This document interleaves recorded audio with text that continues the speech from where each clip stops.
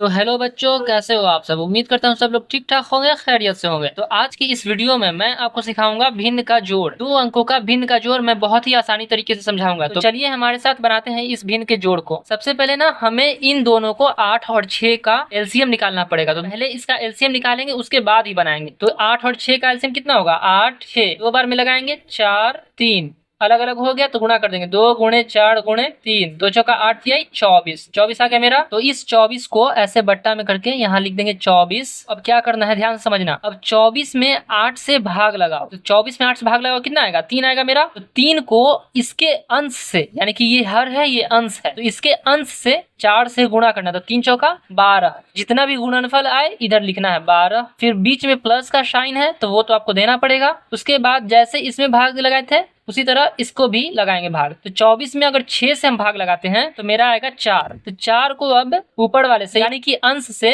गुणा कर देंगे। तो 4 बचे 20। तो ये लिख दिया मैंने 20। अब फिर अगला स्टेप में ऐसे आप कर दोगे, ऐसे तीर भी दे सकते हो या फिर ऐसे भी छोड़ सकते हो। अब क्या करना है कि इन दोनों को, यानी कि जो भी अंश में है, दोनों को आपस में जोड़ देंगे। तो 12 और 20 कितना होगा मेरा? 32। बट्टे में यहाँ पर यानी कि जो इसका हर है वो भी लिख देंगे। अब देखो ये तो हो गया मेरा आंसर। लेकिन अगर एक ही अंक से दोनों ऊपर और नीचे कटने लायक हो तो काट देना ज्यादा बेहतर है। तो चलिए काटते हैं। अब देखो तो 4 से अगर हम इसको काटते हैं तो कितनी बार में कटेगा? 4 6 का 24, यानी कि 6 बार में। जितनी बार कटे काट का निशान देके वहां लिख देना है कितनी बार में कटा है। जैसे कि 6, जिससे नीचे वाले काटे हो उससे ऊपर वाला भी काटना है, यानी कि दोनों का जो भाजक है वो सेम होना चाहिए। उसी तरह हम ऊपर वाले को भी काट देंगे। 4 का पहाड़ा कितनी बार पढ़ेंगे? 8 बार। एक स्टेप और आगे बढ़ गए हम। अभी देखो तो अब कटने वाला है ना? बिल्कुल है मेरा। 2 से अगर हम 4 बार में काटते हैं तो कट जाएगा। तो इसी तरह 6 को भी 2 से काट देंगे 3 बार में। ये मेरा हो गया फाइनल 4/3। ये हो गया इसका आंसर। अब एक और एग्जांपल लेते हैं, थोड़ा सा हार्ड वाला। तो ये रहा मेरा